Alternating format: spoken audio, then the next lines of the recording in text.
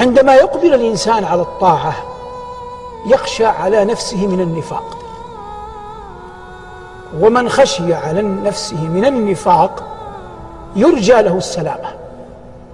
لكن أنا أعطيك وصايا تجعلك تسعى أن تنجو من النفاق في أمرين.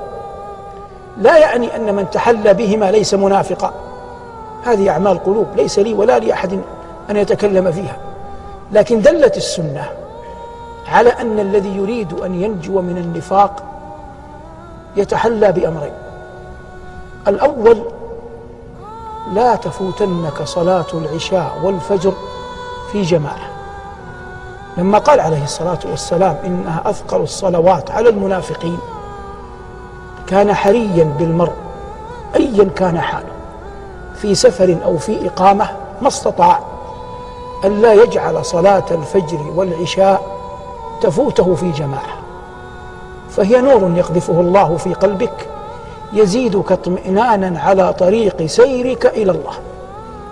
الأمر الثاني: إذا وقعت ما بينك وبين أحد خصومة، سواء كان من الأدنين كزوجتك وولدك وجارك، أو من البعيد الذي لا تعرفه كمن تلقاه في الطرقات، أو ممن يبغض إليك في المجالس فتشارك الناس في ذنبه، قال عليه الصلاة والسلام عن المنافق: وإذا خاصم فجر.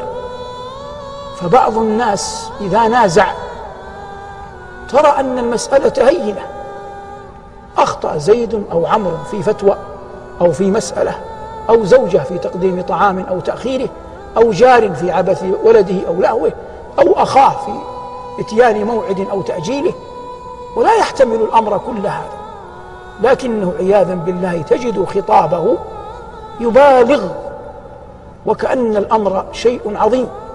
ونبينا صلى الله عليه وسلم لما عد المنافق قال: وإذا خاصم فجر. فأنت لا أحد أعز عليك من نفسك، فلا تقبل أن تسمع صوت المؤذن في العشاء: حي على الصلاة حي على الفلاح، وتأبى أن تأتيها. ولا تقبل أن يقول مؤذن حي على الصلاة حي على الفلاح في الفجر وتأبى أن تأتيها.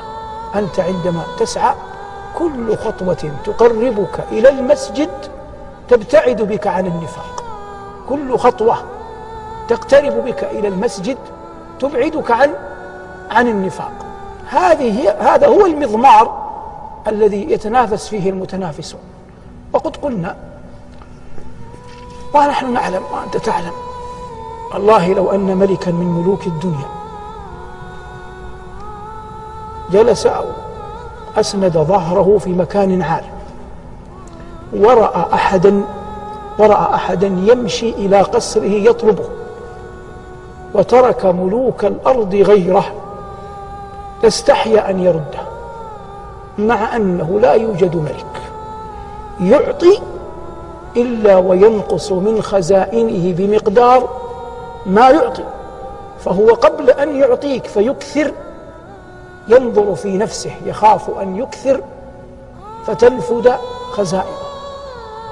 ولله المثل الأعلى، أنت تقدم على بيت من بيوت الله والله جل وعلا ليس كمثله شيء، يراك ويرى خطواتك ويرى أنك جئت تطلب فضله. فإذا كان من خلق الله فيهم المروءة والرحمة ذلك صنيعهم، فكيف بصنيع الله جل وعلا بمن قدم على بيته يطلب فضله؟ ولا يظن بالله إلا الظن الحسن، ثم نزيد مع العلم واليقين أن خزائن الله لا تنفد. قال الخضر لموسى لما نقر العصفور في البحر قال: يا موسى ما نقص علمي وعلمك من علم الله إلا كما أخذ هذا العصفور من البحر. وفي الخبر الصحيح عند مسلم: لو أن أولكم وآخركم وإنسكم وجنكم قاموا في صعيد واحد فسألوني فأعطيت كل ذي سؤل مسألته ما نقص ذلك من ملكي شيئا إلا كما ينقص المخيط إذا أدخل البحر. اللهم إنا نسألك من فضلك العظيم، اللهم إنا نسألك من فضلك العظيم، اللهم إنا نسألك من فضلك العظيم، والحمد لله رب العالمين.